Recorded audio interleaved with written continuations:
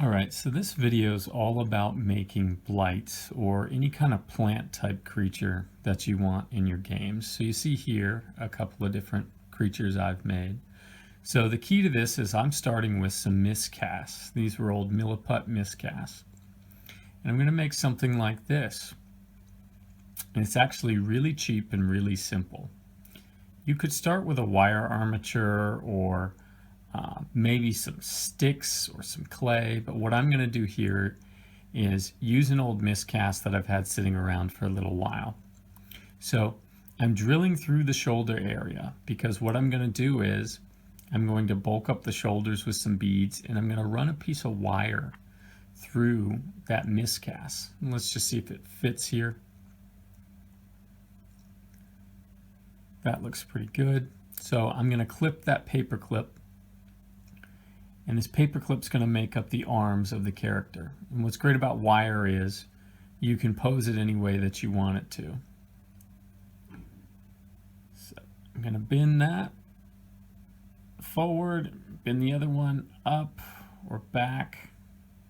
I kind of want a flailing arm motion with this character.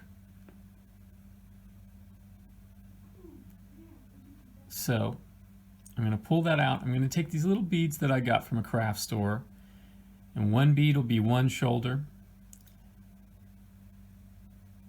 and then another bead will make the other shoulder.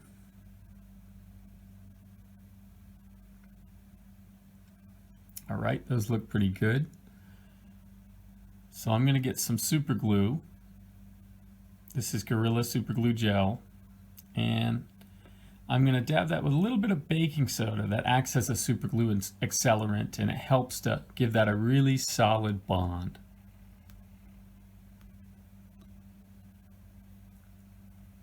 Got to plug in my glue gun. Okay, so for this part, I'm just going to hot glue this armature here to a simple base, and this is just a temporary base, just something to help it stand as I work on it. And hot glue is easy to pop off later so that I can put it on some other base that fits with whatever I'm doing. So now what I'm going to do is I'm going to use hot glue to help bulk out the miniature. And you could use clay or green stuff or milliput if you wanted to, but hot glue is very cheap and it's simple.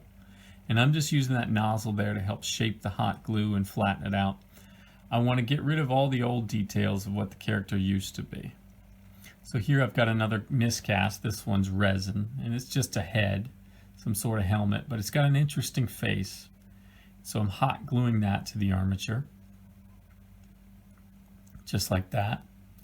So I'm going to go back over and fill a couple more gaps in the hot glue and spread that around.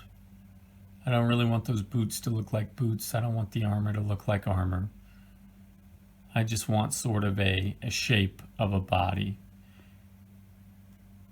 And when you hot glue, you get these little wisps all over the character. So I take a lighter, and I'm not burning it. I'm just kind of letting the flame dance over the character a little bit and get rid of those little wisps.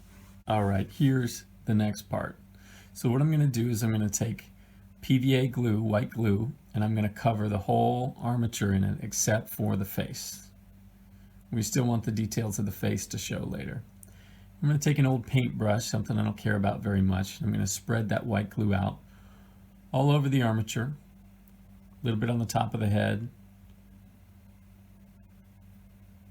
Now I'm going to dunk it in sand, and it just fell off my base, but that's okay. So I'm going to move it around and cover it in sand and small rocks. You want to keep them small. This is supposed to look like bark.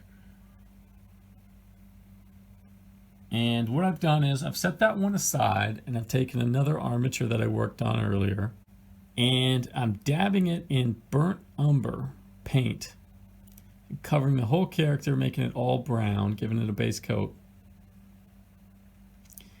And these don't just have to be sort of a blight or a tree man. This could be a mud man. This could be some sort of lava man if you wanted to do red and black or orange.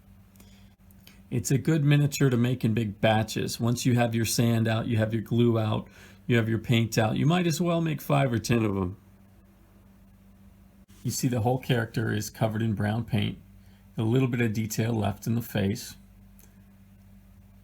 And now I'm going to move on to a tan dry brush.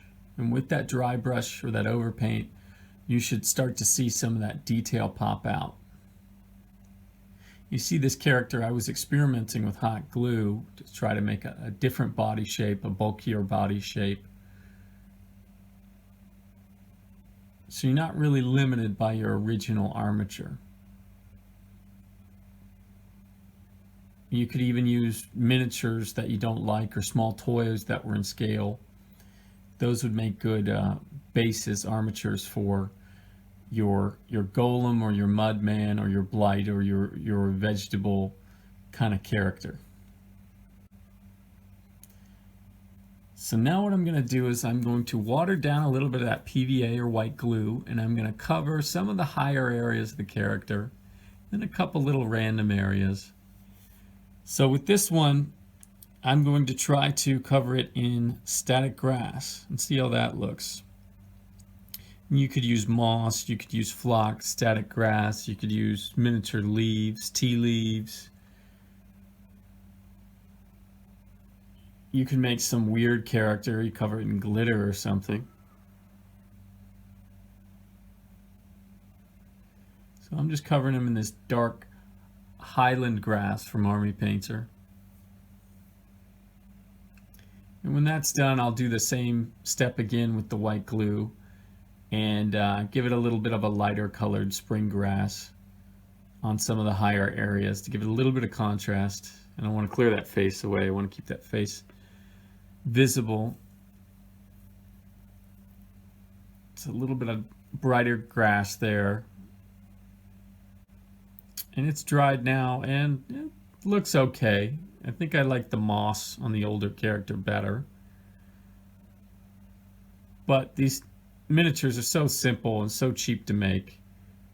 And they're good practice too.